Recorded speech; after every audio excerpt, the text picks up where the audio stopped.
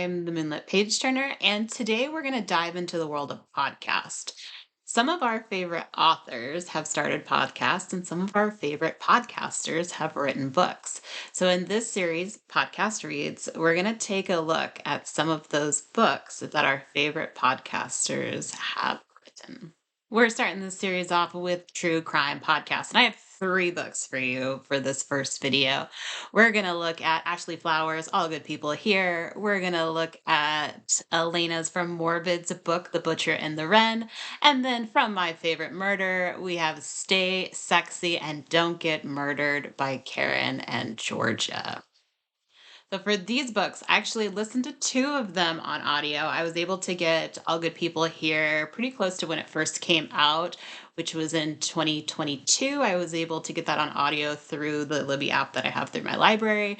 I also got My Favorites Murders, Stay Sexy and Don't Get Murdered, which came out in 2019 on audio. And then I picked up The Butcher and the Wren. I think I bought this at Target by Elena from Morbid because it has the first chapter, or at least a chapter, from the sequel.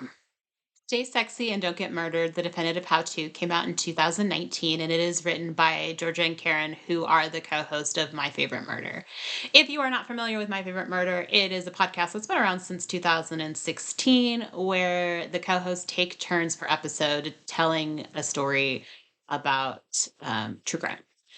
It's very similar in the format of their book as well. So each chapter, Karen and Georgia will talk about a story of their life. So I'm starting with this because this book is different because it is more of a memoir. It is not about true crime. So if you're coming into this book thinking that it's going to be about the things that they talk about in their podcast, you may be disappointed, but also they do talk about some of these stories about their personal lives in their podcast as well. So some of it may be repetitive. They're very candid about the stories that they tell.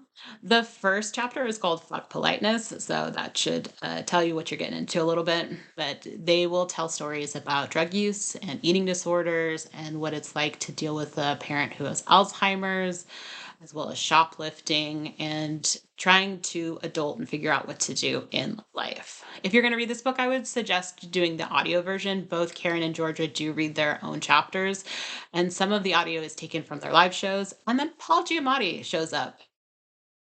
I don't know why, but it was fantastic and it definitely added to the story. I liked it. I found it to be entertaining. It definitely uses adult language. So if you're someone that is sensitive to that, this is my warning. But if that doesn't bother you, I would suggest checking it out.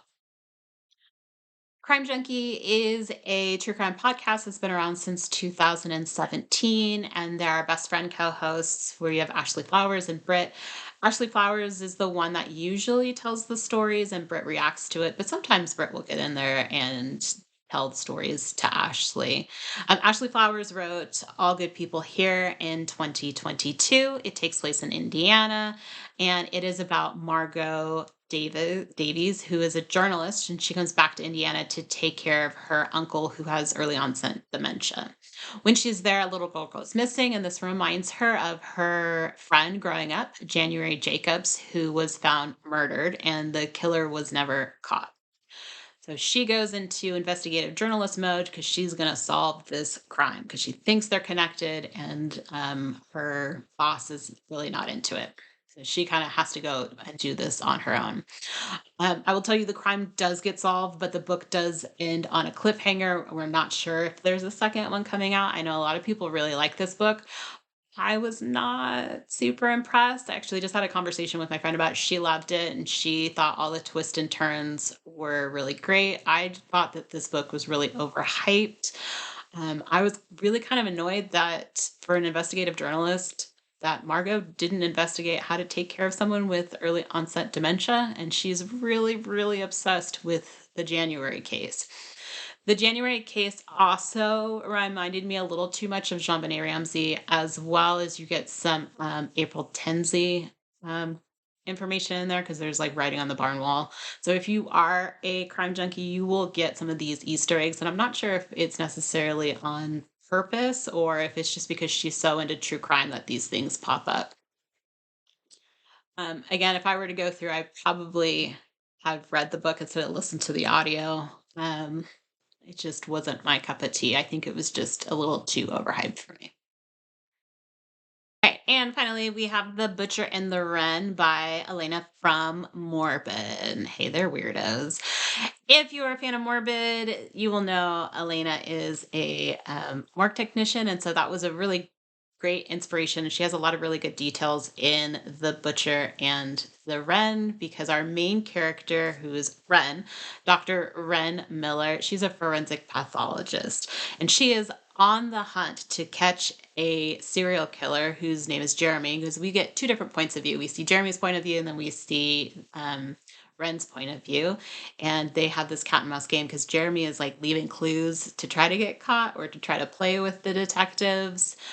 Morbid podcast came out in 2018. They are now starting to produce other shows as well. So Elena and Ash, they tell true crime stories as well as spooky stories. So they look into hauntings and witches, and they've gone to the Lizzie Borden house and done recordings there. And they do a lot of podcasts with other podcasters. So they have a really fun podcast. If you haven't checked it out, I would highly recommend it. Um, I actually really liked this book. I think for a first attempt at a book, I liked this better than the Ashley Flowers book. This reminded me a little bit of Kiss the Girls meets Bones, the Kathy Reichs books. And so I can't wait for book number two to come out. I like the science behind true crime, and I think that's why I liked this book a little better than the Ashley Flowers book. So yeah, I'm super excited for book number two.